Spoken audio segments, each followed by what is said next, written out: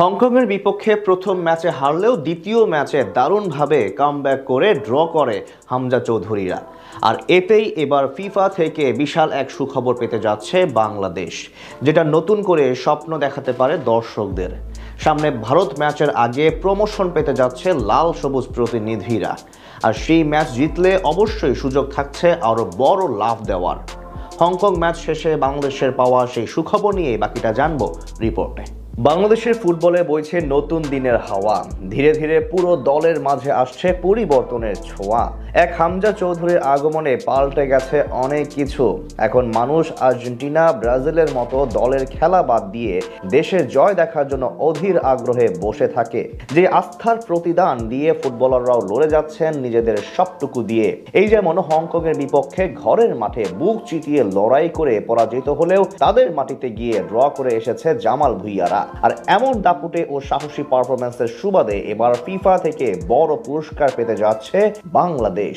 বঙ্গপারের অস্তিত্ব জানানোর পর বাংলার পথে প্রান্তরে কিংবা শহরে সব মানুষের আবেগে জায়গা জুড়ে ছিল ফুটবল খেলাটাই। 90 দশকেও যার সুনাম ছিল 56,000 বর্গ মাইল জুড়ে, কিন্তু ক্রিকেটের আগমন এবং ফুটবলের অধপতনে ধীরে ধীরে সময়ের সাথে সাথে পাল্টাতে থাকে সেই ভালো লাগা। তবে নতুন করে হামজা চৌধুরী, সমিত সোমদের আগমনে আবারও প্রাণ ফিরে পেয়েছে সেই হারিয়ে যেতে থাকা আবেগ। আবারও গ্যালারি ভর্তি দর্শক দেখা যায় ন্যাশনাল স্টেডিয়ামে।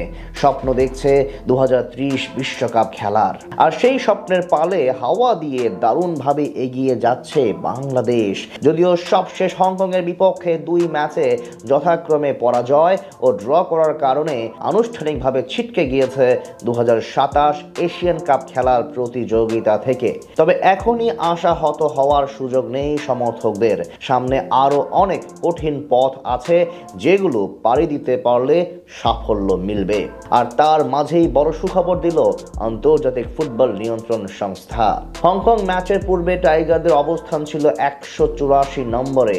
সেই সময় হামজাদের পয়েন্ট ছিল 899.24। তাদের বিপক্ষে ঘরের মাঠে প্রথম ম্যাচ পরাজয়ের কারণে হারাতে হয়েছে 9.04 পয়েন্ট। তবে ফিরতি লিগে যেহেতু ড্র করেছে, তাই আবার নতুন করে যুক্ত হয়েছে 3.86 পয়েন্ট। এতে বাংলাদেশের এখন পয়েন্ট 994.06। এদিকে তাদের উপরে ছিল ব্রুনেই দারুসসালাম, যাদের পয়েন্ট ছিল 900.62। কিন্তু নিজেদের সবশেষ 2 ম্যাচেই পরাজয় বরণ করতে হয়েছে তাদের। তার উপর ইয়েমেনের বিপক্ষে 2 লিগ মিলিয়ে মোট 11 গোল হজম করেছে তারা। তাই আপাতত তাদের টপকে যাওয়ার সুযোগ আসছে বাংলাদেশের সামনে।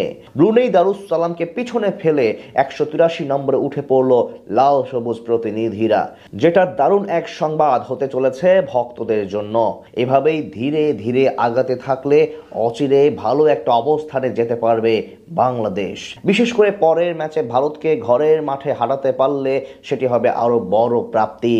তখন সুযোগ থাকবে 182 নম্বরে থাকা ডোমিনিকাকে পেছনে ফেলার। ভক্তরা স্বপ্ন দেখেন, আর এভাবেই আগামী কয়েক বছরের মধ্যে র্যাঙ্কিংয়ে 150-এর মধ্যে পৌঁছে যাবে বাংলাদেশ।